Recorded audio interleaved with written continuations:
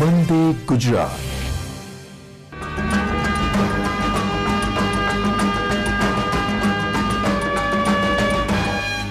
ગુજરાતના વહાલા વિદ્યાર્થી મિત્રો, શિક્ષકગણ, દરેકને હું doctor Dhananjay Dhruv, N V Patel college of pure and applied sciences, Vallabh વિદ્યાનગરથી નમસ્કાર.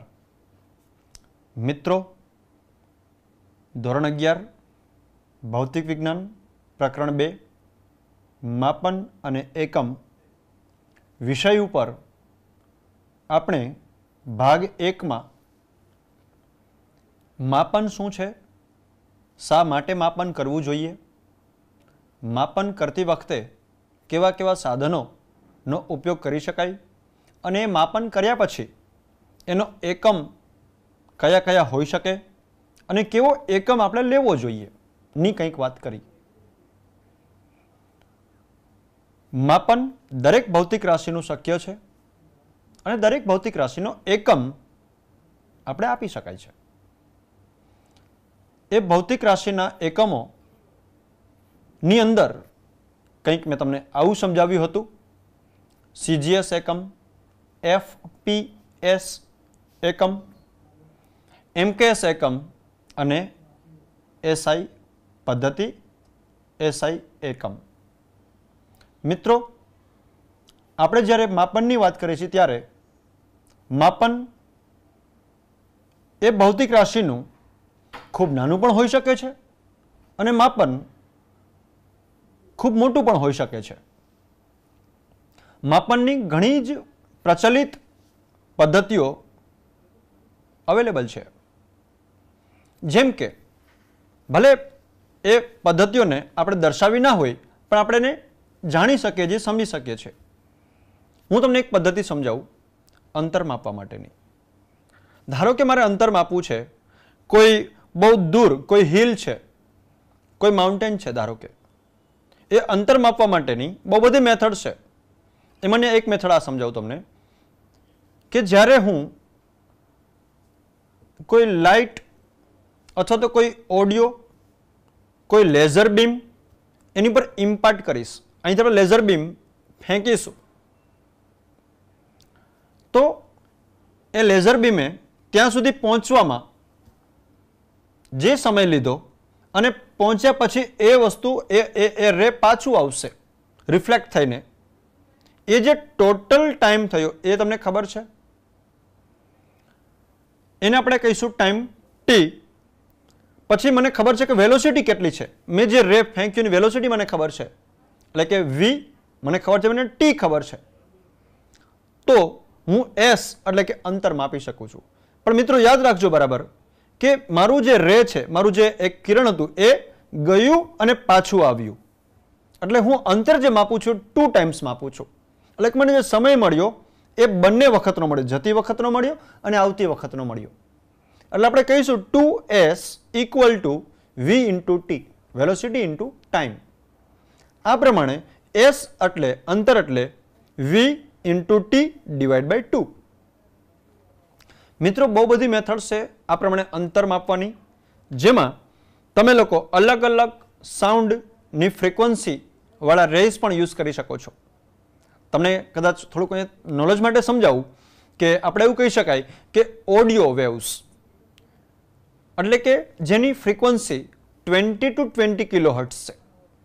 એક બીજો શબ્દ છે એનાથી નીચેની ફ્રીક્વન્સી, 20 હર્ટ્ઝથી નીચેની ફ્રીક્વન્સી, આવૃત્તિ, જેને ગુજરાતીમાં કહીએ છીએ, એને આપણે કહીશું ઇન્ફ્રાસોનિક. ઇન્ફ્રાસોનિક પછી આવે ઓડિયો અને પછી આવે અલ્ટ્રાસોનિક.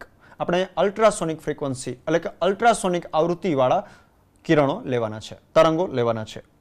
એટલે કે હા, અલ્ટ્રાસોનિક એટલે એવી ફ્રીક્વન્સી જે 20 કિલોહર્ટ્ઝથી વધારે હોય. તો આ પ્રમાણે આપણે ફ્રીક્વન્સી એટલે કે આવૃત્તિવાળું સિગ્નલ લેવાનું અને પછી આપણે અંતર માપી શકાય. તમને જાણીને આશ્ચર્ય પણ થઈ શકે છે અને કદાચ તમને તમારા નોલેજમાં હશે પણ ખરું કે રડાર સિસ્ટમ, જે રડાર સિસ્ટમ છે આપણી, એ રડાર સિસ્ટમ એટલે radio detection and ranging system આપણી જે છે એ આ પ્રમાણે જ આપણી પાસે જે કિરણો, જે તરંગો છે એ આપેલા ઓબ્જેક્ટની સાથે અથડાશે અને ત્યાંથી જ્યારે પાછું આવશે એટલે કે જે ટોટલ અંતર કાપ્યું એની ઉપર જ કામ કરે છે. હવે એવું બને કે ધારે જે રડાર સિસ્ટમ આપણે યુઝ કરીએ છીએ ત્યારે જરૂરી નથી કે દરેક વખતે એને કોઈક ઓબ્સ્ટેકલ સામે આવશે જ. મારું કિરણ જે નીકળ્યું છે સોર્સમાંથી એ સામેના છેડા સુધી ગયું અને જો કોઈ પણ ઓબ્સ્ટેકલ નથી આવતું એને સામે તો એની સાથે અથડાશે નહીં તો એ પાછું નહીં આવે. એટલે મારું અહીંયા માપન જરૂર નથી કે ઓબ્જેક્ટ નથી કોઈ. હવે જ્યારે કોઈ ઓબ્જેક્ટ એને સામે આવે છે ત્યારે મારું જે કિરણ છે એ ઓબ્જેક્ટ સાથે અથડાશે અને ઓબ્જેક્ટ સાથે અથડાઈને એ કિરણ પાછું આવશે. યાદ રાખજો મિત્રો, બરાબર રીતે એક રડાર સિસ્ટમમાં કન્ટિન્યુઅસ તમારી ફ્રીક્વન્સી, તમારું સિગ્નલ કન્ટિન્યુઅસલી એમિટ થયા જ કરે છે. કન્ટિન્યુઅસ એમિશનમાં જ્યારે પણ એની વચમાં કોઈ ઓબ્જેક્ટ આવશે ત્યારે એ ઓબ્જેક્ટ સાથે અથડાશે અને સિગ્નલ પાછું આવશે. મિનિંગ એવો થયો કે મને વેલોસિટી ખબર છે, મને ટોટલ ટાઈમ કેટલો લાગ્યો એ ખબર છે અને મને અંતર ખબર પડી જશે. મિત્રો બરાબર સમજો કે લાગેલો સમય બહુ ઓછો છે, એનો મિનિંગ એવો થયો કે એ ઓબ્જેક્ટ મારાથી બહુ નજીક છે. તમને બધાને ખ્યાલ હશે કે આ દેશનું આ કોઈક પ્લેન તોડી પાડ્યું. કેમ? તો કે એ એની જે રેન્જ હતી, એનો જે વિસ્તાર હતો એમાં આવી ગયું. યસ મિત્રો, વોર્નિંગ આપવામાં આવે છે પહેલા, પણ વોર્નિંગ આપ્યા પછી પણ જો એ વસ્તુ એના રિજિયનથી એ દૂર નથી જતું તો એ કંઈક સ્પાય છે, તો એની પર કંઈક એક્શન લેવામાં આવે છે. પણ એક્શન કેવી રીતે લે છે એ લોકો કે અંતર જો બહુ ઓછું છે, લાગેલો સમય બહુ ઓછો છે, એટલા માટે એને વોર્નિંગ આપ્યા પછી કંઈક એક્શન લે છે. એક વાત થઈ. બીજો શબ્દ છે લેઝર. મેં તમને રડાર માટેની કંઈક વાત કરી, હવે કંઈક વાત કરું છું લેઝરની. આ પણ એક સિસ્ટમ છે જે આવી રીતે અંતર માપવા માટે યુઝ કરી શકાય છે. Light amplification by stimulated emission of radiation. મેં આ શબ્દનો યુઝ આની પહેલા પ્રકરણ 1 માં પણ કર્યો હતો, જ્યાં તમને મેં ફાઇબર ઓપ્ટિક કોમ્યુનિકેશનની વાત કરી હતી. ફાઇબર ઓપ્ટિક કોમ્યુનિકેશનમાં 2 લાઇટ સોર્સની વાત કરી હતી. એક હતું એલઈડી અને બીજું હતું લેઝર. તો એમાં લેઝરની જે લાઇટ છે, જે લેઝર લાઇટની જે પ્રોપર્ટી છે એ છે મોનોક્રોમેટિક, એટલે કે જેમાં એક જ ફ્રીક્વન્સી વાળા સિગ્નલ્સ હોય, જેની ઇન્ટેન્સિટી બહુ વધારે હોય. સામાન્ય લાઇટ અને લેઝર લાઇટનો તફાવત કહું તમને કે આપણે જે સિમ્પલ લાઇટ યુઝ કરીએ, સામાન્ય જે લાઇટ યુઝ કરીએ, આપણા ઘરમાં જે લાઇટ યુઝ થાય, એટલે કે આપણા લેમ્પનો જે પ્રકાશ છે, અને આપણી પાસે જે લેઝર લાઇટ છે. યસ મિત્રો, બરાબર સમજો કે આપણે જે ઓર્ડિનરી લેઝર જે માર્કેટમાં મળે છે એ અને પ્રેક્ટિકલ પર્પસ માટે, પ્રયોગ માટે જે લેઝર વપરાય છે એમાં જમીન આસમાનનો ફરક છે. લેઝરની ઇન્ટેન્સિટી આંખના ઓપરેશનમાં, લેઝર લાઇટ આપણે આંખના ઓપરેશનમાં બી યુઝ કરીએ છીએ. મિત્રો આ જે લેઝર છે એ લેઝરની જે ટેકનોલોજી છે એ કદાચ તમને કહી દઉં કે ઇલેક્ટ્રોનિક સાયન્સમાં અમુક ડિવાઇસીસ બનાવવા માટે એક ટેકનિક છે પલ્સ લેઝર ડિપોઝિશન. એમાં પણ આ લેઝરનો યુઝ થાય છે, જેમાં ઇન્ટેન્સિટી તમે બદલશો એટલે કેવું થાય મિત્રો કે સામે ધારો કે મારી પાસે ઓબ્જેક્ટ છે, એની પર હું લેઝર લાઇટ નાખું છું. લેઝર લાઇટની ઇન્ટેન્સિટી એટલી હોવી જોઈએ કે એ શું કરશે, અહીંયા જે પદાર્થ છે એની ઉપરથી કંઈ પણ એટમ્સ કે મોલિક્યુલ્સને રિલીઝ કરશે અને એને કોઈ બીજા ઓબ્જેક્ટ પર ડિપોઝિટ કરશે. આ પ્રમાણે લેઝર લાઇટની ઇન્ટેન્સિટી, યાદ રાખજો, લેઝર લાઇટની ઇન્ટેન્સિટી અમુક લિમિટથી જો વધારે હશે તો એ આપેલા શરીર, જો કોઈ ભાગ હશે એને ડેમેજ કરી શકે છે, કોઈ ઓબ્જેક્ટને ડેમેજ કરી શકે છે. એટલા માટે જ જ્યારે આવા કોઈ પ્રયોગો થતા હોય ત્યારે લેઝર લાઇટથી સ્પેશિયલી, ત્યારે એ લેઝરથી થતા પ્રયોગ દરમિયાન જે ઓબ્ઝર્વર છે, જે પ્રયોગ કરનાર માણસ છે, એને પ્રોપરલી આંખમાં એના ચશ્મા આવે છે, એનો એક પ્રોપર કોટ આવે છે, એ પહેરીને જ એનું કામ કરવું જોઈએ. એટલે દરેક પ્રયોગમાં જો સેફટી નહીં હોય તો એનું જે રિઝલ્ટ છે એ યોગ્ય નહીં આવે, એ હાનિકર્તા બની શકે છે. તો આ પ્રમાણે આપણે લેઝરનો પણ યુઝ કરી શકીએ છીએ. મિત્રો આ બધા થયા ખૂબ જ મોટા અંતરની વાતો. હવે આપણી પાસે ખૂબ નાનું અંતર છે. ખૂબ નાનું અંતર એટલે કે હું તમને 3 એક્ઝામ્પલ આપું કે મારી પાસે કોઈ ઘન પદાર્થ છે, અણુ વચ્ચેનું અંતર. બીજો એક્ઝામ્પલ આપું, પ્રવાહી પદાર્થ છે, અણુ એટલે કે 2 આયન્સ વચ્ચેનું અંતર. અને ત્રીજો એક્ઝામ્પલ છે ગેસિયસ, એટલે કે ગેસ છે. એમાં તમને ખ્યાલ હશે કે કોણ બહુ નજીક હોય અને ઘન પદાર્થ હશે તો એના એટમ્સ બહુ નજીક હશે. જેમ પ્રવાહી થશે એમ 2 અણુ વચ્ચેનું અંતર વધતું જશે અને ગેસિયસમાં અંતર એનાથી પણ વધારે હશે. એ આપણે અંતરો માપવા છે. તો આ અંતર માપવા માટે આપણે સ્કેલ એટલે કે ફૂટપટ્ટી, માઇક્રોમીટર સ્ક્રૂ કે વર્નિયર કેલિપર્સ કંઈ કામ નહીં લાગે. આવા અંતર માપવા માટે, આવા સૂક્ષ્મ અંતર માપવા માટે આપણી પાસે જે ટેકનિક્સ છે એ બધી ટેકનિક્સ લેબોરેટરી ટેકનિક્સ છે. લેબોરેટરીમાં સ્પેશિયલી તમે લોકોએ શબ્દ સાંભળ્યો હશે ક્યારેક માઇક્રોસ્કોપ. એ માઇક્રોસ્કોપની મદદથી આવા અંતરો આપણે માપી શકીએ છીએ. તમે નામ સાંભળ્યું છે ઓપ્ટિકલ માઇક્રોસ્કોપ. એ ઓપ્ટિકલ માઇક્રોસ્કોપની મદદથી આપણે આવા સૂક્ષ્મ અંતરોને માપી શકીએ છીએ. મિત્રો, આ જે ઓપ્ટિકલ માઇક્રોસ્કોપ છે એ ઓપ્ટિકલ માઇક્રોસ્કોપ ઓપ્ટિક્સ એટલે કે પ્રકાશની સાથે સંકળાયેલું સાધન છે. પ્રકાશની રેન્જ તમને બધાને ખ્યાલ હશે કે 4000 એંગસ્ટ્રોમથી લગભગ 7000 એંગસ્ટ્રોમ સુધીની હોય છે. એટલે આ સાધનની પણ એક લિમિટેશન છે. દરેક સાધનની એક લિમિટેશન હોય, એટલા માટે જ એક નવું સાધન શોધાય છે. શું લિમિટેશન છે? તો કે આ સાધન અમુક લેવલથી નાનું અંતર હશે તો એને નહીં માપી શકે. કેટલું અંતર માપી શકશે? તો કે એંગસ્ટ્રોમ સુધીનું કંઈ પણ અંતર હશે 10⁻−10. 1 એંગસ્ટ્રોમ બરાબર. કન્વર્ઝન બી બધા આવડવા જોઈએ. માપન કરવું, માપન એકમ, જો સૌથી અગત્યની વસ્તુ હોય તો સાચું માપન, સાચો એકમ અને એક એકમમાંથી બીજા એકમમાં રૂપાંતર થવું એ બહુ અગત્યની વસ્તુ છે. તો જો તમારું અંતર 10⁻−10 કરતાં ઓછું હશે તો તમે અહીંયા ઓપ્ટિકલ માઇક્રોસ્કોપનો યુઝ નહીં કરી શકો. તમારા જ્ઞાન માટે કહી દઉં કે લાઇટ એટલે કે ઓપ્ટિક્સ એટલે કે ઓપ્ટિકલ માઇક્રોસ્કોપ જેમાં પ્રકાશશાસ્ત્રનો યુઝ થાય છે. અને બધાને ખ્યાલ હશે મિત્રો કે પ્રકાશનો એટલે કે લાઇટનો ડ્યુઅલ નેચર છે. ડ્યુઅલ એટલે એ બે રીતે વર્તે છે. એક તો તરંગની રીતે પણ વર્તે છે અને બીજી રીતે કર્ણની રીતે પણ વર્તે છે. ઇંગ્લિશમાં એવું કહી શકાય કે light is having dual nature. It behaves as a particle or you can say particle nature and number 2 is a light nature. હવે એટલે કે sorry wave nature, particle nature and wave nature. તમને એક્ઝામ્પલથી સમજાવું. એક સિમ્પલ એક્ઝામ્પલ આપીશ આ વસ્તુને સમજવા માટેનો કે લાઇટનો ડ્યુઅલ નેચર છે. કોઈ એવું કે લાઇટનો ડ્યુઅલ નેચર છે અને કેવી રીતે પ્રૂવ કરવાનો? સી ફ્રેન્ડ્સ, તમે એક રેલવે સ્ટેશન પર ઊભા છો, ત્યાંથી કોઈ ટ્રેન પાસ થાય છે. બરાબર સમજો, અંદર બેઠેલા પેસેન્જર્સ, ટ્રેનની અંદર બેઠેલા પેસેન્જર્સ એ તમારા પાર્ટિકલ્સ છે અને એ ટ્રેન છે એને આપણે વેવ કહીશું.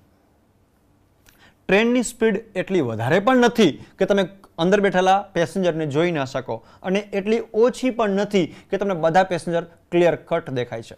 ઓપ્ટિમમ એક વર્ડ છે, નહીં ઓછી કે નહીં વધારે. ટ્રેનની ગતિ ઓપ્ટિમમ છે, નહીં વધારે કે નહીં ઓછી.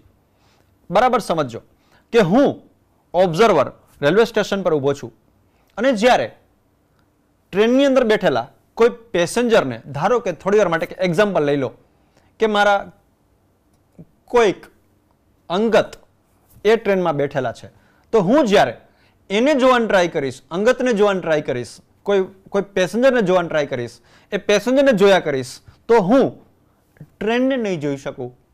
અને જો હું ટ્રેનને જોવાનું ટ્રાય કરીશ તો પેસેન્જરને નહીં જોઈ શકું.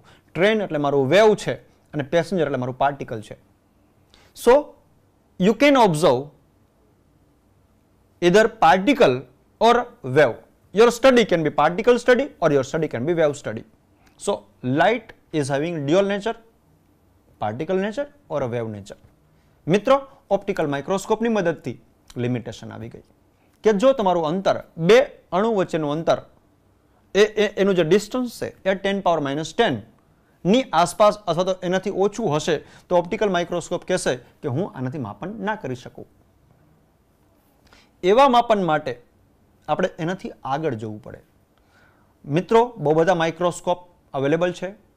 આ ભૌતિક વિજ્ઞાન, આ વિજ્ઞાનની અંદર સાધન શબ્દ જ્યારે પણ આવે છે એટલે કે માપન શબ્દ જ્યારે પણ આવે છે ત્યારે મેં તમને શરૂઆતમાં જ ભાગ 1માં કીધું હતું કે તમને માપન માટેના દરેક સાધનના નામ તો કમસે કમ આવડવા જ જોઈએ. અને જો તમારે ખરેખર એનું સાચું માપન કરવું હોય તો એ માપનની રેન્જ શું છે અને જે પણ સાધનો અવેલેબલ છે તમારી પાસે તમારા લિસ્ટમાં, એ દરેક સાધનની શું ખાસિયત છે.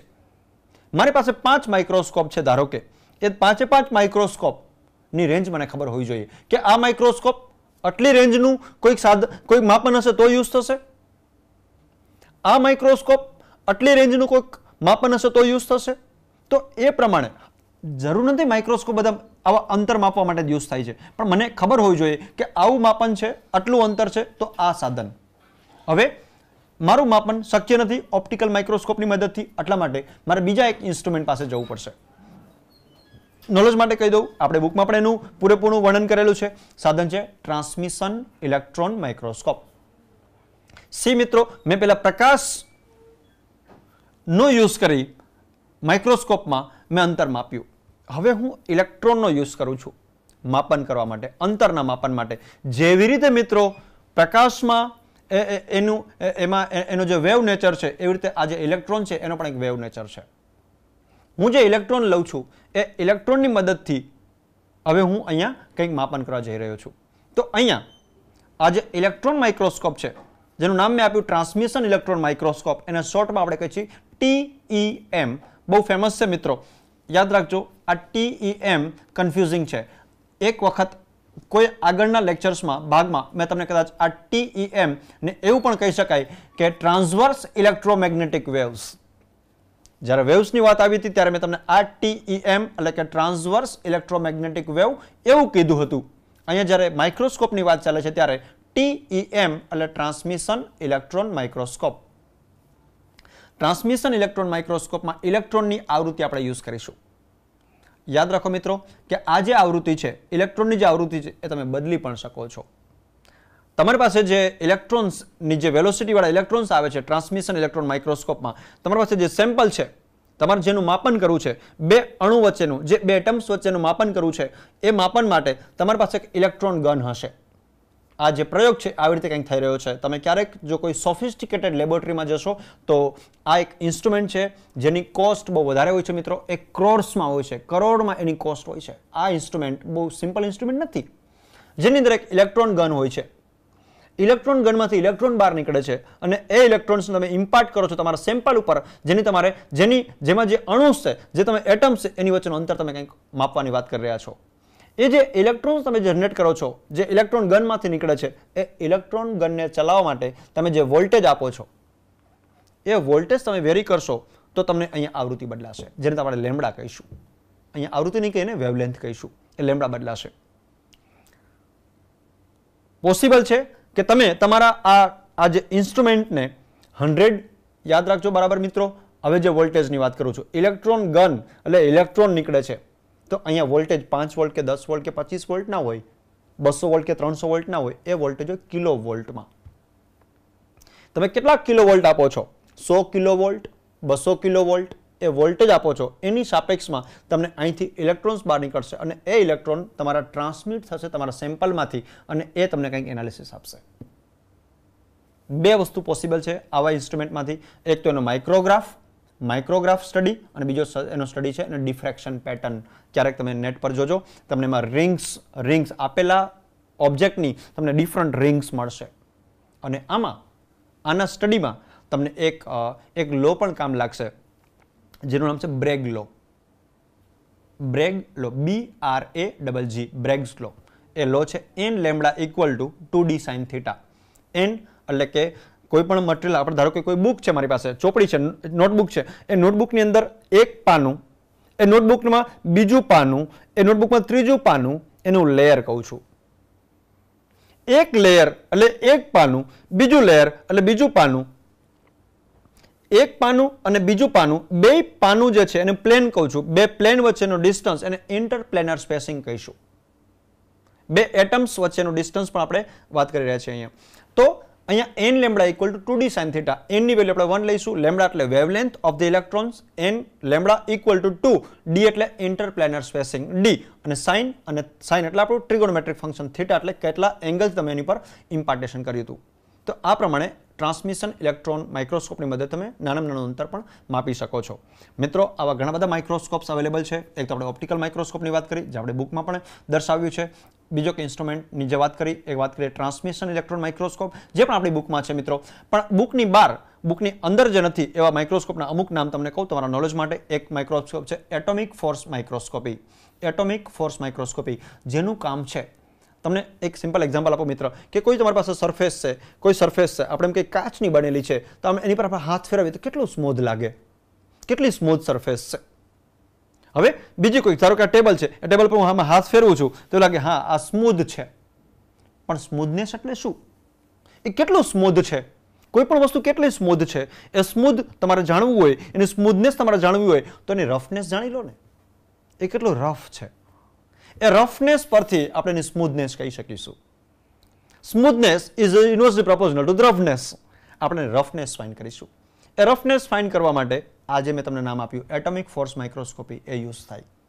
શું કરે એ બહુ સિમ્પલ એક્ઝામ્પલ છે મિત્રો.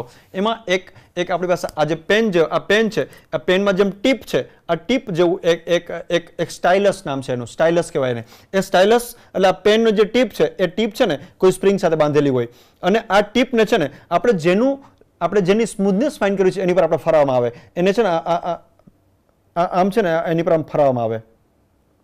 હવે જે જગ્યા પર ખાડો આવશે એ જગ્યા પર આ ટીપ થોડી નીચે જશે, પછી કોઈ જગ્યાએ ધારો કે હિલ આવી, થોડું ઊંચું આવ્યું તો ટીપ અપ જશે, તો એ પ્રમાણે નીચે અપ ડાઉન આ પ્રમાણે જે મોશન થશે એ મોશન તે ગ્રાફ તૈયાર થશે. યાદ રાખજો મિત્રો કે આ જે ટીપ છે એ ટીપ માઇક્રોમીટર સાઇઝની હોય અને આ જે સરફેસ છે એ સરફેસ બહુ બધી સ્મૂથ છે, પણ કોઈ પણ વસ્તુ સ્મૂથ છે એનો મિનિંગ એવો નથી કે એની રફનેસ 0 છે. તો એ પ્રમાણે તમે રફનેસ ફાઇન્ડ કરો છો. એ રફનેસ ફાઇન્ડ કરવા માટે આ પ્રમાણે એટોમિક ફોર્સ માઇક્રોસ્કોપ યુઝ થાય. Optical microscope, transmission electron microscope, atomic force microscope, એક છે સ્કેનિંગ ઇલેક્ટ્રોન માઇક્રોસ્કોપ જે આપેલી સરફેસનો સ્ટડી કરવા માટે યુઝ થાય. Transmission electron microscope internal structure માટે યુઝ થયું. સ્કેનિંગ ઇલેક્ટ્રોન માઇક્રોસ્કોપ એની સરફેસના સ્ટડી માટે યુઝ થયું. આવી રીતે સ્કેનિંગ ઇલેક્ટ્રોન માઇક્રોસ્કોપ એવા ઘણા બધા માઇક્રોસ્કોપનો સ્ટડી આપણે કરી શકીએ છીએ અને એ માઇક્રોસ્કોપ્સ જો આપણે જાણતા હોય તો એના યુઝ આપણે જાણતા હોય તો આપણે આપણા પ્રેક્ટિકલમાં, આપણા પ્રયોગમાં યુઝ કરી શકીએ.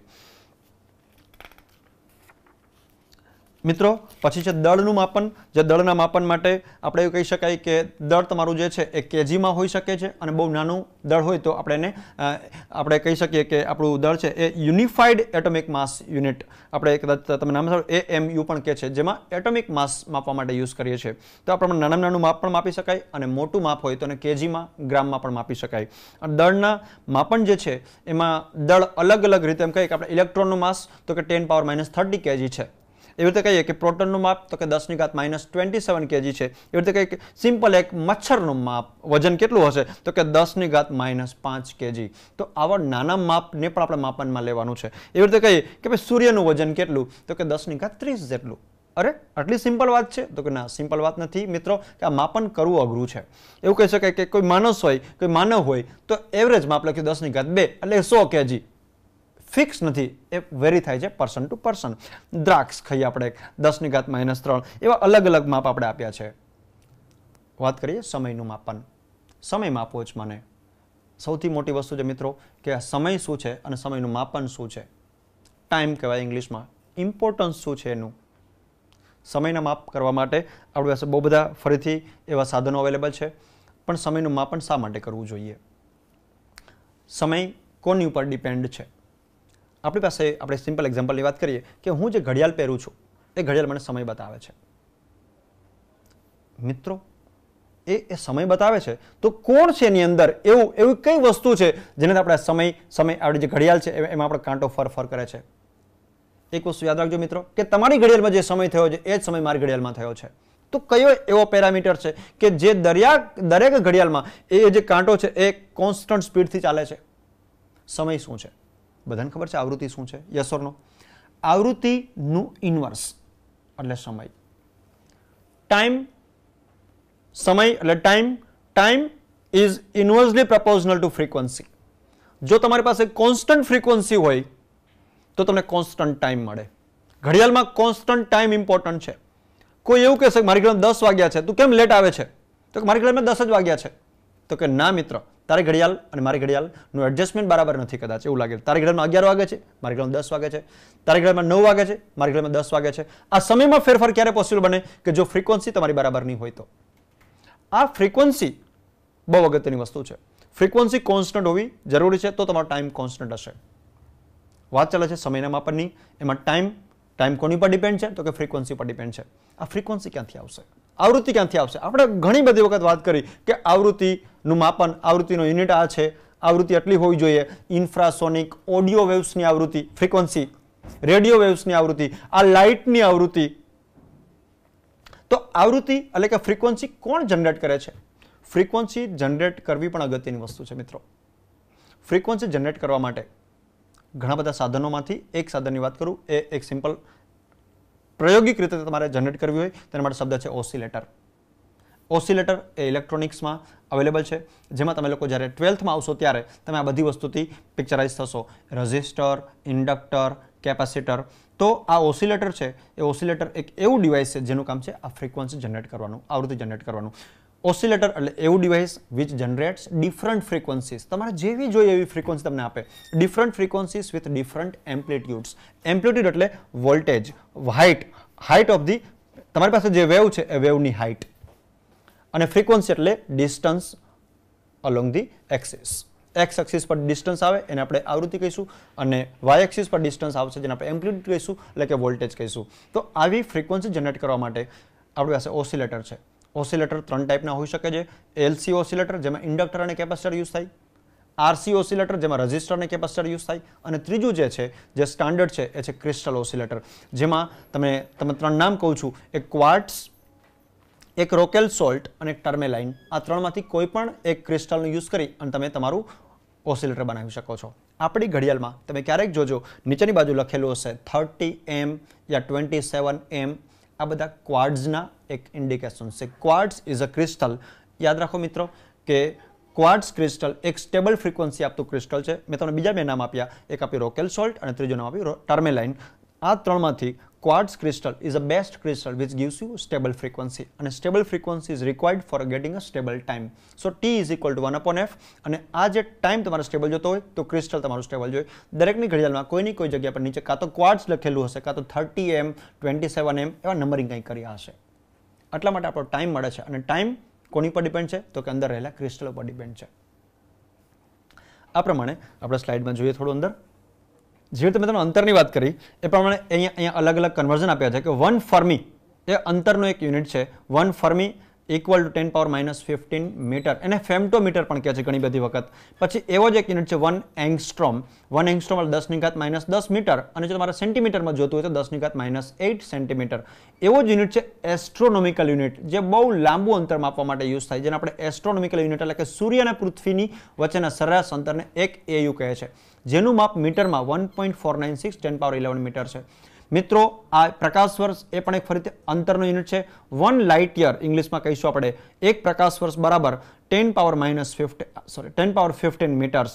પ્રકાશે એક વર્ષમાં 3×10⁸ મીટર પર સેકન્ડ જેટલી ઝડપથી કાપેલ અંતરને આપણે એક પ્રકાશ વર્ષ કહીશું, અને એનાથી પણ મોટો યુનિટ છે જે પાર્સેક 3.08 × 10⁻16 મીટર, જે અંતરે પૃથ્વીની ભ્રમણ કક્ષાની સરેરાશ ત્રિજ્યા વડે એક આર્ક સેકન્ડ એટલે કે 1 સેકન્ડ જેટલો ખૂણો અંતરાય છે, તેને એ અંતરને 1 પાર્સેક કહે છે.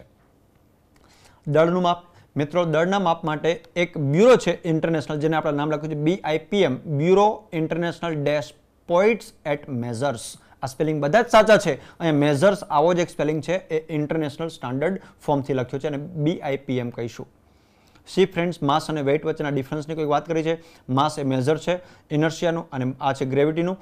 એક સ્કેલર ક્વોન્ટિટી છે. હું તમને કહી દઉં મિત્રો કે સ્કેલર અને વેક્ટર એટલે શું. કે સ્કેલર એટલે એવી ક્વોન્ટિટી જેમાં ફક્ત માપ ઇમ્પોર્ટન્ટ છે, અંતર ઇમ્પોર્ટન્ટ નથી. અને વેક્ટર ક્વોન્ટિટી જેમાં અંતર અને માપ બે, એટલે કે અંતર પણ દિશા પણ અગત્યની છે, અને એનું મેગ્નિટ્યુડ પણ ઇમ્પોર્ટન્ટ છે, એને આપણે વેક્ટર ક્વોન્ટિટી કહીશું.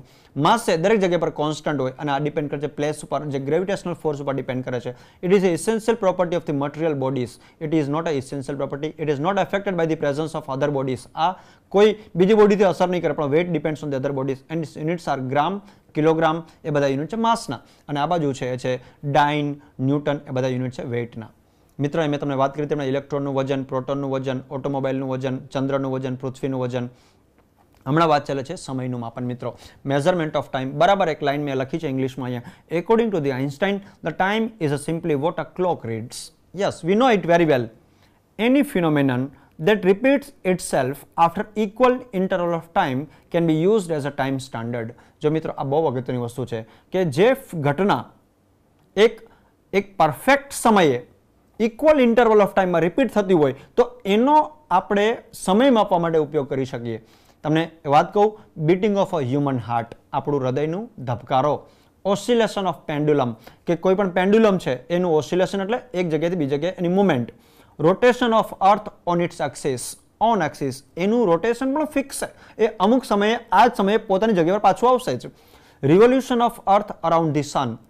Vibration of quartz crystal in a quartz wrist watch. હમણાં મેં તમને સમજાવ્યું હતું કે ક્વાર્ટઝ ક્રિસ્ટલ આપણે યુઝ કરીએ છીએ. અને મિત્ર આ લાઈન બહુ ઇમ્પોર્ટન્ટ છે કે period of vibration of cesium 133 atom is a source as the most accurate standard for the time. Its accuracy is a 1 part in 10 power 13. 10 power 1 એટલે 10, 10 power 2 એટલે 100, 10 power 3 એટલે 1000, 10 power 4 એટલે 10,000.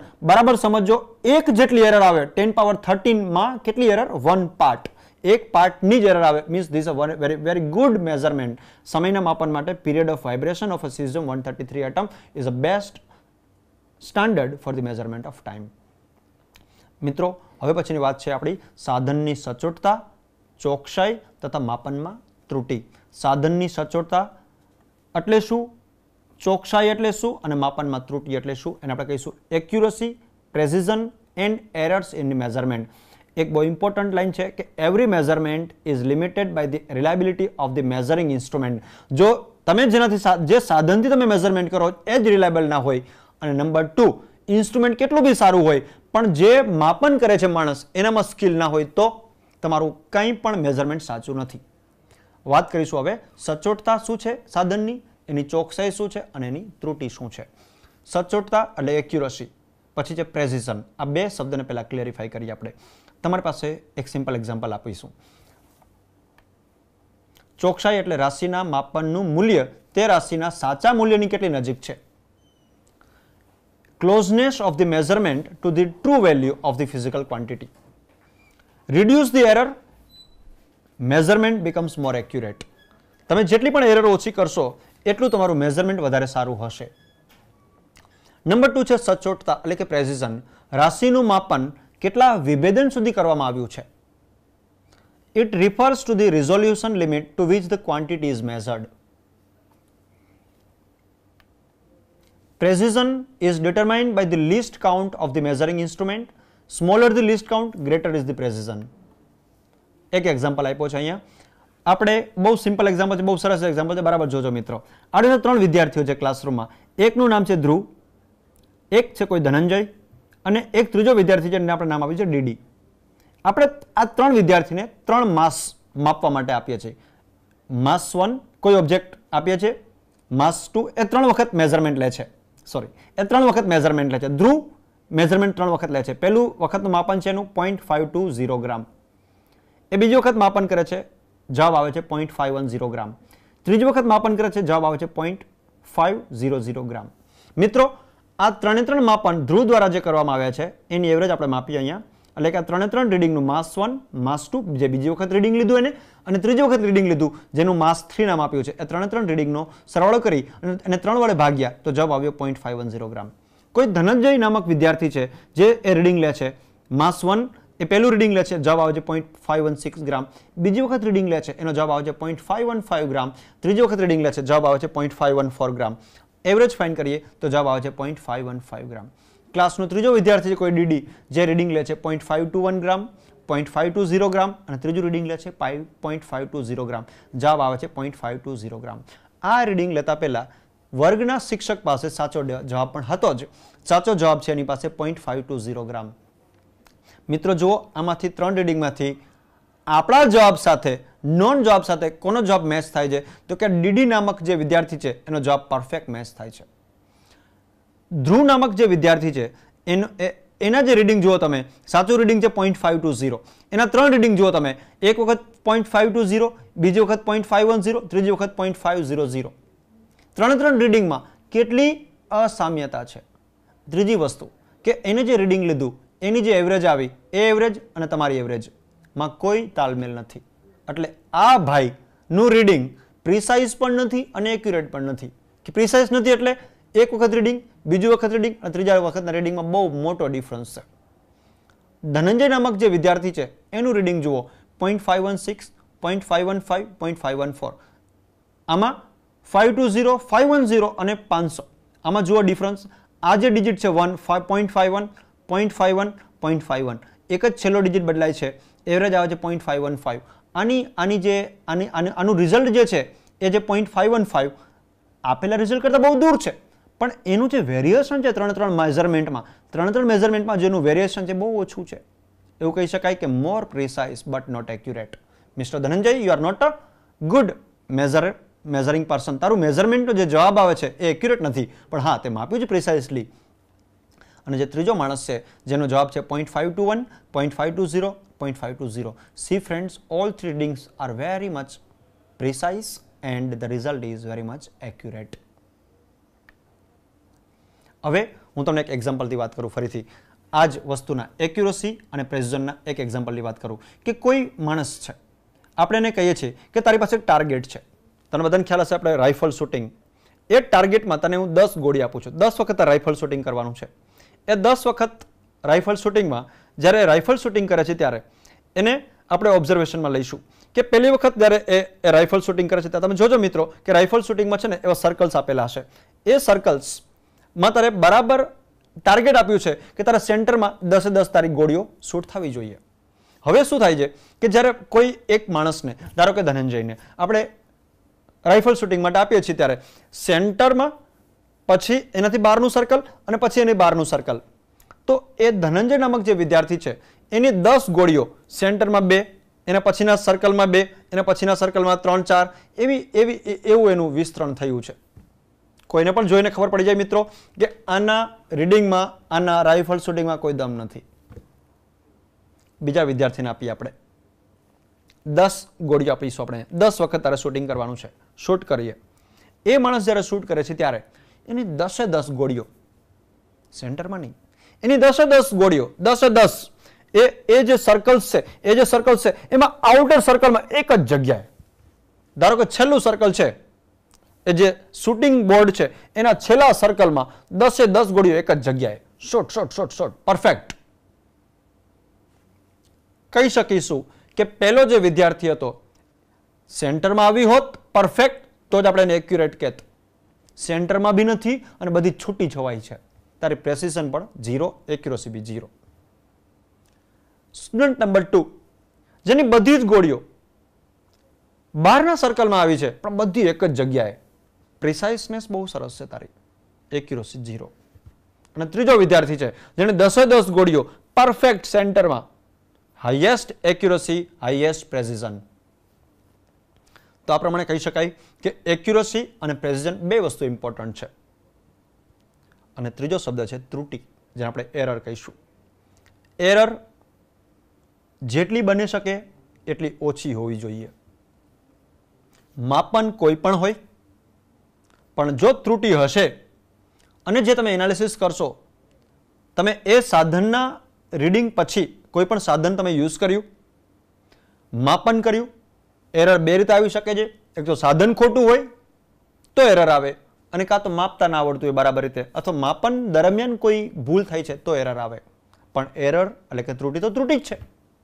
જો ત્રુટિ આવી એનો મિનિંગ એવો થયો કે તમે જે કહેવા માંગો છો, તમે જે સમજવા માંગો છો, તમે જે માપન કર્યું, અને માપન શા માટે કરીએ છીએ મિત્રો? આપણે માપન કરવાનો કોઈ શોખ નથી. આપણે માપન કર્યા પછી આપણે કંઈક નિષ્કર્ષ લેવાનું છે. મેં તમને સવારે સમજાવ્યું હતું, એક ભાગ 1માં સમજાવ્યું હતું એ પ્રમાણે કે આપણે માપન કર્યું, ડોક્ટર પાસે ગયા કે ભાઈ ચાલો મને માપી આપો, મારું તાપમાન કેટલું છે, મને તાવ આવે છે. ડોક્ટર એવું કહેશે તમને કે હા તાવ બહુ છે, માપ્યો ને, થર્મોમીટરથી માપ્યો ને, થર્મોમીટર અહીંયા મૂકશે, થર્મોમીટર અહીંયા મૂકશે. બરાબર સમજો, થર્મોમીટર આપણે અહીંયા મૂક્યું, બગલા મૂકે છે ને ઘણી બધી વખત, ઘણી બધી આપણા માઉથમાં મૂકે છે. થર્મોમીટરથી માપેલું આ રીડિંગ 100% એક્યુરેટ નહીં હોતું, 100% એક્યુરેટ નથી, નજીક હોવું જોઈએ. પણ મારો મિનિંગ એવો છે મિત્રો કહેવાનો તમને કે માપન કર્યા પછી ડોક્ટર શું કહે છે? હા તમને 100 જેવું તાપમાન છે, જાઓ જાઓ જાઓ સુઈ જાઓ. 101 છે, જાઓ જાઓ જાઓ સુઈ જાઓ, કાંઈ જરૂર નથી. માપન થઈ ગયું. માપન ઇમ્પોર્ટન્ટ છે અહીંયા ઇમ્પોર્ટન્ટ છે એક્શન. ડોક્ટર તમને કંઈક દવા આપવાની છે, એને આપણે કંટ્રોલ કહીશું મિત્રો. પહેલા મેઝરમેન્ટ થશે પછી કંટ્રોલ થશે. જો તમારું મેઝરમેન્ટ ખોટું હશે, જો તમારું માપન ખોટું હશે, તો એ માપનને અનુસંધાનમાં જે તમે એક્શન લીધી છે એ એક્શન ખોટી હશે. એટલા માટે એવું કહી શકાય કે જો તમારું મેઝરમેન્ટ ખોટું તો લેવાયેલી એક્શન ખોટી. બહુ ઇમ્પોર્ટન્ટ છે મિત્રો. બીજી રીતે પણ કહું કે તમને એક સિમ્પલ એક્ઝામ્પલ આપું ફૂડ ઇન્ડસ્ટ્રીનો. એક ફૂડ ઇન્ડસ્ટ્રીનો એક્ઝામ્પલ આપું. ફૂડ ઇન્ડસ્ટ્રીમાં ધારો કે તમે નામ સાંભળ્યું છે ફૂડ ઇન્સ્પેક્ટર. નું શું કામ છે તો કે દરેક સ્ટોલ પર એમ કહેવાય ને કે જે જગ્યા પર આવું ખાવાનું હોય કે કોઈ મસાલા હોય એ જગ્યા પર જવાનું, એને એ જઈ અને એક સેમ્પલ લેવાનું કે તું જે વસ્તુ બનાવે છે, તું જે વસ્તુ વેચે છે, એ મારે જોવી છે કે એ ખરેખર ખાવા યોગ્ય છે કે નહીં. તો એને શું કર્યું, એને એક સેમ્પલ લીધું, એક વસ્તુ લીધી ત્યાંથી. પછી શું કરશે મિત્રો, ધારો કે હું ફૂડ ઇન્સ્પેક્ટર છું, તો હું શું કરીશ, તો ચાલો ભાઈ ખાવાની કોઈક વસ્તુ બનાવી છે ને, તો હું ટેસ્ટ કરીશ. દરેક માણસના ટેસ્ટ અલગ અલગ હોય. તો મને કદાચ એવું બને કે મને ઓછું તીખું ભાવે છે ખાવાનું, તો કદાચ એને જે બનાવ્યું છે એ મને સિમ્પલ જ છે પણ તો તીખું લાગે, તો હું રિપોર્ટ લખી દઈશ કે the person who is preparing this food is not adequate food. ના, એવું ના ચાલે. કોઈ મનુષ્ય જ્યારે એનાલિસિસ કરશે ત્યારે એનાલિસિસમાં થોડુંક બાયસ એટલે થોડીક પ્લસ ઓર માઇનસ પોસિબલ છે. આપણે એનાલિસિસ મનુષ્ય પાસે નથી કરાવવાનું, માણસ પાસે નથી કરાવવાનું. આજે આપણે સેમ્પલ લીધું, એ સેમ્પલ આપણે ઇન્સ્ટ્રુમેન્ટ પાસે એનાલિસિસ કરાવવાનું છે. હવે શું શું એનાલિસિસ થઈ શકે એ ફૂડના, એ જે વસ્તુ લીધી એનું, તમે સિમ્પલ એક પીએચ માપી શકો, તમે એના ઘણા બધા એનાલિસિસ છે, એનાલિસિસ કરવા પણ એનાલિસિસ કરવા તો પડશે ને. એ એનાલિસિસ કરવા માટે તમારે એ ફૂડ તમે જે લીધું એ તમારે ત્યાંથી લઈ અને લેબોરેટરી સુધી લઈ જવું પડશે, પ્રયોગશાળા સુધી લઈ જવું પડશે. મિત્ર બરાબર સમજો કે ધારો કે તમે કોઈ રેલવે સ્ટેશન પરથી એક ફૂડનું સેમ્પલિંગ કર્યું, પછી તમારી લેબોરેટરી એ સ્ટેશન પર જ નથી, એ લેબોરેટરી તમારી કોઈ બીજા ગામ, કોઈ શહેરમાં છે. તો તમે શું થાય મિત્રો કે એ સેમ્પલ તમે લઈ અને એ શહેર સુધી પહોંચશો, ત્યાં સુધીમાં કદાચ એવું બને કે આ ગરમી હોય કે બહુ ઠંડુ વાતાવરણ હોય, તો તમારું જે સેમ્પલ છે એ ધીરે ધીરે ડિટોરિએટ થાય, સેમ્પલ તમારું બગડી જાય. સેમ્પલ કેમ બગડી ગયું કે તમે એક જગ્યાએથી લઈને લેબોરેટરી સુધી પહોંચો છો, એમાં બહુ સમય લાગ્યો. એ સમયના લીધે એ સમયમાં તમારું જે સેમ્પલ હતું એ સેમ્પલમાં બદલાવ આવ્યો. હવે તમે શું કરશો કે તમે એ સેમ્પલ તમે જે લીધું હતું, જેમાં 1-2 કલાકનો સમય લાગી ગયો, અને પછી તમે પ્રયોગશાળામાં એનું એનાલિસિસ કરો છો, એનાલિસિસ કરશો ત્યારે તમને રિઝલ્ટ મળશે. રિઝલ્ટ સીધું નહીં મળે. રિઝલ્ટ મળશે, એ રિઝલ્ટ લેવા માટે જે માણસ બેઠો છે, જે પ્રયોગ કરી રહ્યો છે, જે એનાલિસિસ કરે છે, એ એનાલિસ્ટને બી ખબર હોવી જોઈએ કે હું જે ફૂડનું એનાલિસિસ કરું છું, કે ફૂડ તમે જે એનાલિસિસ કરવા માંગો છો, એ એનાલિસિસ એ પીસ જે વસ્તુ છે, ફૂડનું જે સેમ્પલ છે, એ આખું સેમ્પલ આપણું ઇન્સ્ટ્રુમેન્ટ નહીં લઈ શકે. દરેક ઇન્સ્ટ્રુમેન્ટની એક સેમ્પલ લેવાની એક કાર્યક્ષમતા હશે, એક એની એબિલિટી હશે. એક ઘણા બધા ઇન્સ્ટ્રુમેન્ટ છે એ લિક્વિડ ફોર્મમાં સેમ્પલ લેશે, અમુક એને ગેસિયસ ફોર્મમાં લેશે, અમુક ઇન્સ્ટ્રુમેન્ટ સોલિડ ફોર્મમાં લેશે. તમારે શું કરવું પડશે, તમે જે સેમ્પલ લાવ્યો છો એને તમારે પ્રોપર શેપમાં કન્વર્ટ કરવું પડશે. જો એ પ્રોપર કન્વર્ઝન નહીં થાય, એ કન્વર્ઝનની એરર આવી શકે છે, ત્રુટિની વાત ચાલે છે. પછી તમે એનાલિસિસ કરો છો, જો તમે બરાબર એનાલિસિસ નહીં કરો તો પણ એરર આવે છે. તો આ પ્રમાણે એક જ એનાલિસિસમાં ત્રુટિ એટલે કે એરર આવવાના ચાન્સીસ બહુ બધી જગ્યા પરના છે. ત્રુટિ એટલે કે એરર ક્યાંથી આવી શકે છે કે જ્યાંથી તમે સેમ્પલિંગ કર્યું છે, જ્યાંથી તમે જ્યાંથી ફૂડ ઉઠાવ્યું છે, ત્યાંથી પણ એરર આવી શકે છે. બીજો એક એક્ઝામ્પલ આપું. તમે જે વસ્તુ બનાવો છો, ધારો કે આપણે કોઈ મોબાઈલ બનાવતી કંપની છે, એ મોબાઈલ બનાવતી કંપની દિવસના હજારો મોબાઈલ બનાવતી હશે. આપણે શું કરવું છે કે ભાઈ તમને બધાને ખબર હશે એક ક્વોલિટી ચેક શબ્દ છે. ક્વોલિટી ચેક એટલે આપેલી વસ્તુ બરાબર બની છે કે નહીં એ ચેક કરવાની છે. હું દિવસમાં એક મોબાઈલ ફોનને ઉઠાવીને ચેક કરું તો શક્ય જ નથી કે મારું સાંજ સુધીમાં બધા મોબાઈલ ફોનનું ચેકિંગ થઈ રહે. એટલા માટે મારે શું કરવું પડશે મિત્રો કે મારે કોઈ પણ રેન્ડમલી અમુક ફોન્સ ઉઠાવવા પડશે. એ રેન્ડમલી ફોન ઉઠાવીશ, એનો ચેકિંગ માટે મોકલીશ. વસ્તુ ક્લિયર કરો કે મેં બધા ફોન નથી ઉઠાવ્યા. બને એવું પણ કે જે ફોનમાં ડિફેક્ટ છે એને મેં ના ઉઠાવ્યો. 1000માંથી હું 5 જ ઉઠાવું છું ત્યારે પ્રોબેબિલિટી એટલે કે સંભાવના કેટલી કે ડિફેક્ટ વાળો પીસ મારા હાથમાં આવશે, બહુ ઓછી. તો આવી એરર પણ પોસિબલ છે કારણ કે તમે એને QC નથી કર્યું, એનાલિસિસ નથી કર્યું, તો એરર રહી જશે ત્યાં ને ત્યાં. બીજો એક્ઝામ્પલ આપું, થોડોક સિમ્પલ એક્ઝામ્પલ છે કે ધારો કે આપણે એક લાડવો બનાવીએ છીએ. એક્ઝામ્પલ સિમ્પલ લાગશે, જેમાં આપણે ગોળ નાખીએ છીએ.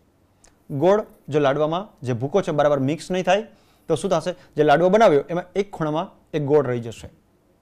ફૂડ ઇન્સ્પેક્ટર જ્યારે આવશે ત્યારે એ નાનો પીસ ઉઠાવે છે, એ જ પીસ ઉઠાવે છે જ્યાં જગ્યા પર ગોળની નાની ગાંગડી રહી ગઈ છે, અને મોઢામાં મૂક્યું અથવા તો ઇન્સ્ટ્રુમેન્ટને આપ્યું એટલે તરત કહેશે કે આમાં સ્વીટનેસ વધારે છે. સ્વીટનેસ વધારે નથી મિત્રો, તમે જે જગ્યા પરથી સેમ્પલિંગ કર્યું છે એની તમારી એરર છે. એક જ સેમ્પલ નહીં લેવાનું. સેમ્પલ કેવી રીતે લેશો તો કે એક જ વસ્તુમાંથી, એક જ ઓબ્જેક્ટમાંથી એક કરતાં વધારે સેમ્પલ લ્યો, જેને કરીને તમે આવી એરર મિનિમાઇઝ કરી શકો. બને એવું કે તમે બીજા જગ્યા પરથી લેશો, તમને યોગ્ય સેમ્પલ મળશે. તો ત્રુટિ એટલે કે એરર બહુ બધી રીતે આવી શકતી હોય છે મિત્રો. ત્રુટિ એરર ખાલી ભૌતિક વિજ્ઞાન નથી, ત્રુટિ દરેક જગ્યા પર, દરેક લોકેશન પર, દરેક સિસ્ટમમાં આ ત્રુટિની વાત છે. એરર શું છે? એરર એટલે બીજું કાંઈ નહીં, તમે જે ધારો છો, તમે જે એક્સપેક્ટ કરો છો કે આટલું હોવું જોઈએ અને આટલું છે. આટલું હોવું જોઈએ એટલે કે સેટ વેલ્યુ, આટલી હોવી જોઈએ અને આટલી છે એટલે કે પ્રોસેસ વેલ્યુ. આટલી છે અને આટલી હોવી જોઈએ એ વચ્ચેનું જે તફાવત છે એને આપણે એરર કહીશું, ત્રુટિ કહીશું. આ રૂમમાં આપણે એસી લગાવ્યું છે, ધારો કે એર કન્ડિશનર. રૂમમાં જ્યારે એન્ટર થશો ત્યારે ગરમીની સિઝનમાં તાપમાન છે ધારો કે 40 ડિગ્રી સેલ્સિયસ. તમે તમારા એસીમાં એક ટેમ્પરેચર સેટ કરો છો કે ધારો કે કમ્ફર્ટનેસ માટે રૂમનું ટેમ્પરેચર 25 ડિગ્રી સેલ્સિયસ હોવું જોઈએ. તમે રૂમમાં એન્ટર થયા ત્યારે રૂમનું તાપમાન 40 ડિગ્રી છે,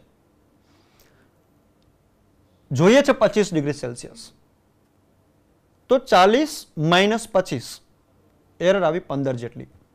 મિનિંગ એવો થયો કે 15 જેટલી એરર આવી છે. એરર વધારે છે એટલે મારે મારું ડિવાઇસ એટલે કે એર કન્ડિશનર ઓન કરવું જોઈએ. એર કન્ડિશનર ઓન થશે. એર કન્ડિશનર ઓન થશે એટલે 40, 39, 38, 37, 36 આ પ્રમાણે મારી જે પ્રોસેસ વેલ્યુ છે એટલે કે રૂમનું ટેમ્પરેચર ઘટતું જશે. સેટ વેલ્યુ અને પ્રોસેસ વેલ્યુ વચ્ચેનો ડિફરન્સ યાદ રાખો. પહેલા હતું 40 અને સેટ વેલ્યુ 25. 40 minus 25 15, 39 minus 25 14. એ પ્રમાણે તમારી એરર ધીરે ધીરે ઓછી થાય છે. સમય એક એવો આવશે કે જ્યારે તમારી એરર 0 થશે.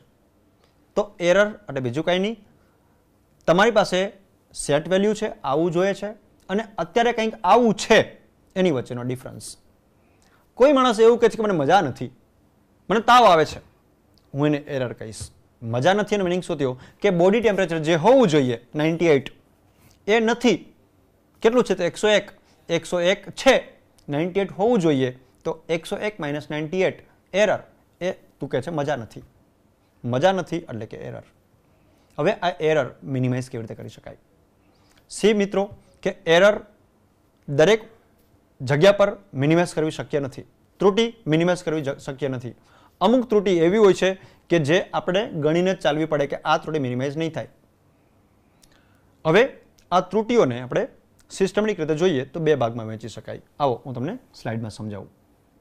ત્રુટિ એટલે કે ડિફરન્સ બિટવીન સેટ અથવા તો ટ્રુ વેલ્યુ, સાચી વેલ્યુ શું છે, અથવા તો તમે શું ધારો છો એ વેલ્યુ, અને મેઝર્ડ વેલ્યુ એટલે કે પ્રોસેસ વેલ્યુ વચ્ચેનો તફાવત. મેઝર્ડ વેલ્યુ તો અત્યારે તાપમાન કેટલું છે તો કે 40, અત્યારે તાપમાન કેટલું છે તો કે 25 કે 38 કે 42, એને મેઝર્ડ વેલ્યુ કહીશું. જોઈએ કેટલું તો કે 25. એ વચ્ચેનો ડિફરન્સ એટલે ત્રુટિ એટલે કે એરર. મિત્રો ત્રુટિને બે ભાગમાં વહેંચીશું આપણે. એકને આપણે કહીશું વ્યવસ્થિત ત્રુટિ અને બીજાને કહીશું આપણે આકસ્મિક ત્રુટિ. વ્યવસ્થિત ત્રુટિ એટલે સિસ્ટમેટિક એરર અને બીજી છે રેન્ડમ એરર.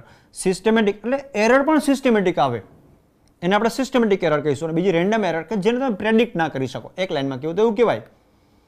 હવે વ્યવસ્થિત ત્રુટિ જેને સિસ્ટમેટિક એરર કહીશું, અને જે હંમેશા એરર એટલે set value minus process value, એટલે જવાબ જે આવશે એ કાં તો માઇનસ માઇનસ માઇનસ બધું એક જ દિશામાં આવશે, કાં તો પ્લસ પ્લસ પ્લસ, એરર બધી એક જ દિશામાં આવશે.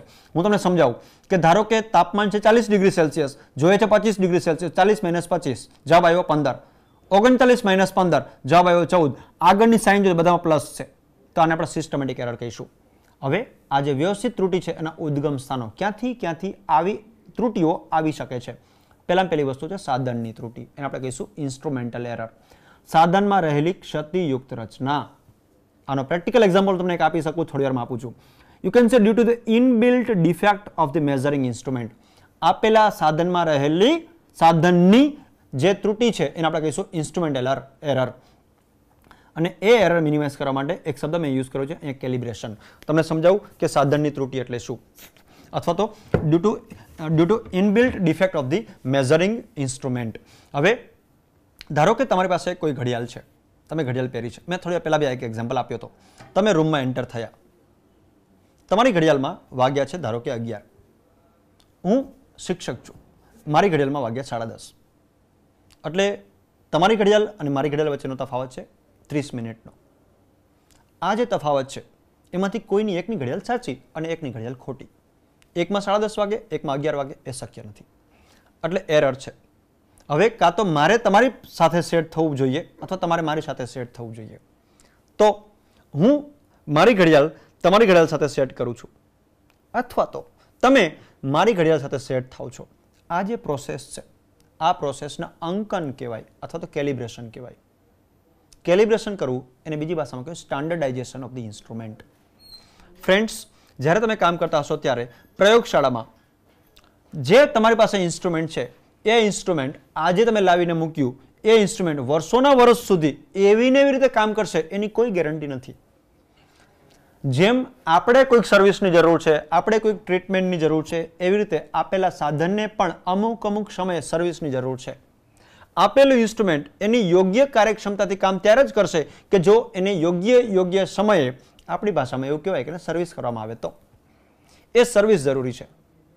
આપેલા ઇન્સ્ટ્રુમેન્ટની યોગ્ય સમયે સર્વિસ, બીજું કંઈ નહીં મિત્રો કે એને આપણે સ્ટાન્ડર્ડાઇઝ કર્યું. જો એ બરાબર કામ ના કરતું હોય, જે પણ રીડિંગ આવે છે એ રીડિંગ યોગ્ય ના હોય, તો એને આપણી લેબોરેટરીમાં મૂકેલા એક સ્ટાન્ડર્ડ સાથે કમ્પેર કરવાનું કે હોવું જોઈએ આટલું પણ છે આટલું, તો તમારે શું કરવાનું? એને એડજસ્ટ કર્યા કરવાનું. એડજસ્ટમેન્ટ ત્યાં સુધી કરવાનું કે જ્યાં સુધી બંને રીડિંગ શું થાય? મેચ ના થાય ત્યાં સુધી. આ પ્રોસેસ એટલે કે કેલિબ્રેશન પ્રોસેસ. કેલિબ્રેશન પ્રોસેસ કર્યા પછી આપેલું ઇન્સ્ટ્રુમેન્ટ તમને લોંગ ટાઈમ સુધી પરફેક્ટ ડેટા આપશે. જ્યારે પણ તમે ક્યારેક વાંચો મિત્રો કે દરેક ઇન્સ્ટ્રુમેન્ટની ઉપર જ્યારે સારી ઇન્ડસ્ટ્રી હશે, સારી કંપની હશે, એમાં બાજુમાં ડેટ લખેલી હશે કે આ ઇન્સ્ટ્રુમેન્ટને આ સમયે આપણે કેલિબ્રેટ કરવું જોઈએ. તો આ થઈ કેલિબ્રેશન પ્રોસેસ. સાધનની ત્રુટિ. અમુક સાધન જન્મજાત કહેવાય ને કે જ્યારથી બન્યું છે ત્યારથી જ એમાં એરર છે. એ એરર બહુ નાની હોઈ શકે છે પણ એરર છે, શ્યોર છે. હું તમને એક પ્રેક્ટિકલ એક્ઝામ્પલ આપીશ જે મેં મારી લાઈફમાં ઓબ્ઝર્વ કરેલો છે. એક વાહન હતું મારી પાસે, બાઇક હતું. એ જેવું બાઇકને આપણે ચલાવીએ તો બાઇક છે ને થોડો લો સ્પીડ પર જર્ક આપે મને. હવે આ જર્ક છે, તમને બધાને ખ્યાલ હશે કે આ જર્ક છે એ બે વસ્તુને લીધે હોઈ શકે છે કે એક તો એમાં જે તમારું ઈંધણ જાય છે એટલે કે પેટ્રોલ જાય છે અને હવાનું મિશ્રણ જો બરાબર નહીં હોય તો એ તમારું જર્ક આવ્યા કરશે. એડજસ્ટમેન્ટ કરાવ્યું કે ભાઈ મને એડજસ્ટ કરી આપો, મારું આ બાઇકમાં આવું કંઈ પ્રોબ્લેમ ચાલે છે, નથી ચાલતું બરાબર. કંપની એવું કહે છે કે ના કોઈ જર્ક છે જ નહીં, બધું બરાબર છે કે છે. હું ફીલ કરું છું મિત્રો, as a driver, as a drive કરું છું ત્યારે હું એને ફીલ કરું છું રિપેર નથી થતું. કંપની એવું કહે છે મને કે આ જે એરર છે એ છે જ નહીં, આ જે છે બરાબર છે. બહુ માઇનોર એરર છે જે હું ફીલ કરી શકું છું, કદાચ બીજો ફીલ નથી કરી શકતો. એરર, ત્રુટિ. મને તાવ છે. અરે ભાઈ નથી તાવ, તું જોતો કરી તારું તાપમાન 99 જ છે, મને તાવ છે. આઈ એમ નોટ ફીલિંગ વેલ. મને 98 હોય, મને 99 થાય, મને 99.5 થાય, મને કોઈ ફરક જ નથી પડતો. હું કદાચ એ કન્ડિશનને ટોલરેટ કરી શકું છું. Error person to person vary પણ થઈ શકે છે મિત્રો. તો આ પ્રમાણે એ જે ત્રુટિ છે, જે એરર છે, એ એરર તમે જ્યારે ઉદ્ભવે છે ત્યારે એરરને કાં તો ટ્રાય કરો મિનિમાઇઝ કરો, અથવા તો એ એરર તમને જો ખબર હોય, એક વસ્તુ યાદ રાખો ફ્રેન્ડ્સ કે જો સિસ્ટમેટિક એરર હશે તો એ સિસ્ટમેટિક એરર તમને ખબર હશે તો આપેલું જે રિઝલ્ટ છે, જ્યારે રિઝલ્ટ આવે ત્યારે એ રિઝલ્ટમાં એ એરરનું કંઈક કેલ્ક્યુલેશન એડ કરી દો. તમારું જે ફાઇનલ રિઝલ્ટ આવ્યું એ રિઝલ્ટ તમારું યોગ્ય રિઝલ્ટ હશે, એ તમારો જે જવાબ છે યોગ્ય જવાબ હશે. તો એમ કહી શકાય મિત્રો, આપણે આપણો જે એપિસોડ છે એને આપણે કન્ક્લુડ કરીએ તો આપણે આજના આ ભાગમાં આપણે માપનની સાથે સાથે એકમની સાથે સાથે લોંગ ડિસ્ટન્સ કેવી રીતે માપવું, શોર્ટ ડિસ્ટન્સ કેવી રીતે માપવું, સમય શું છે, સમયનું માપન શું છે, સમયના માપનમાં ફ્રીક્વન્સી શું છે, ટાઈમ પિરિયડ શું છે, થોડુંક મેં તમને તમારા લેવલથી અપ એક ઓસિલેટરની પણ વાત કરી. એ પ્રમાણે આગળ જઈએ તો ચોકસાઈ શું છે, એક્યુરસી શું છે, પ્રેસિઝન શું છે, એ બધું કર્યા પછી માપનમાં ત્રુટિ શું છે, ત્રુટિ કેવી રીતે હોઈ શકે છે અને ત્રુટિને કેવી રીતે વર્ગીકૃત કરી શકાય છે એની વાત કરી. મિત્રો હજુ આ પ્રકરણ એટલે કે માપન અને એકમનું જે પ્રકરણ છે એ પ્રકરણમાં આપણે આગળના ભાગમાં એટલે કે ભાગ નંબર 3માં એની વિસ્તૃત માહિતી મેળવીશું. આભાર.